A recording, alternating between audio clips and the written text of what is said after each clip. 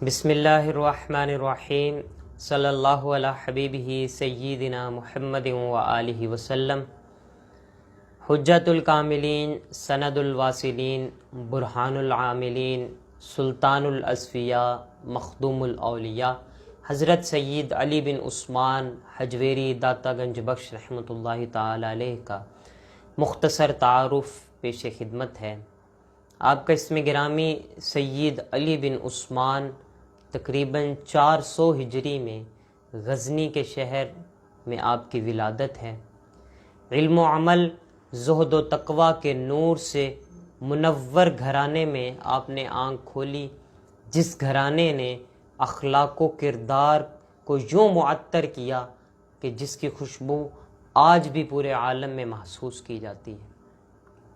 تقریباً 300 علماء و مشائخ سے اکتساب فیض فرمانے کے بعد اپنے شیخ حضرت ابو الفضل رحمۃ اللہ تعالی علیہ کے حکم سے لاہور تشریف لائے اور ساری زندگی دین اسلام کا پرچار کیا، لوگوں کو توحید و رسالت کا پیغام پہنچانے کے لیے اپنے آپ کو وقف کیا، اور خصوصاً بر صغیر میں جو اسلام کا پیغام پہنچا یہ اولیاء اللہ ہی کی کاوشوں سے آیا ہے، اور انہی کا یہ کام ہوتا ہے کہ بندے کی بازو پکڑ کر اسے اللہ اور اس کے رسول کے رستے پر لگا دیتے ہیں۔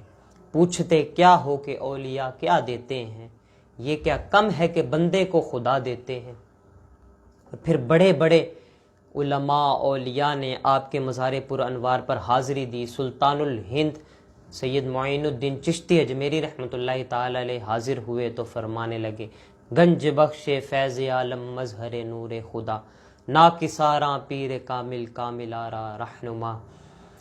شیخ عبدالحق محدث دہلوی یہاں حاضر ہوئے۔ شیخ الاسلام بابا فرید الدین گنج شکر، پیر مہر علی شاہ اور میاں شیر محمد شرک پوری رحمۃ اللہ تعالی علیہ، جلیل القدر محدثین اولیاء علماء نے یہاں حاضریاں پیش کی۔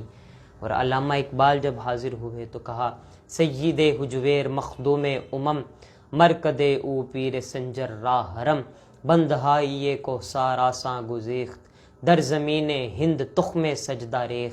یہ جو ہندوستان میں توحید و رسالت کا نعرہ سننے کو مل رہا ہے، یہ سیدی داتا علی حجویری کی محنتوں سے آیا ہے۔ یہ علامہ اقبال نے اس کو ایک شعر کی صورت میں کہا، عہد فاروق از جمالش تازہ شد، حق ز حرف او بلند آوازہ شد، کہ آپ نے جو اسلام کی خدمت کی، سیدنا فاروق اعظم کے دور کی یاد تازہ ہو گئی۔ خاک پنجاب از دم او زندہ گشت، صبح ماں از مہر او تابندہ گشت۔ اے آبرو ملت بیضا کے پاسباں، لاہور تیرے دم سے عروس البلاد ہے۔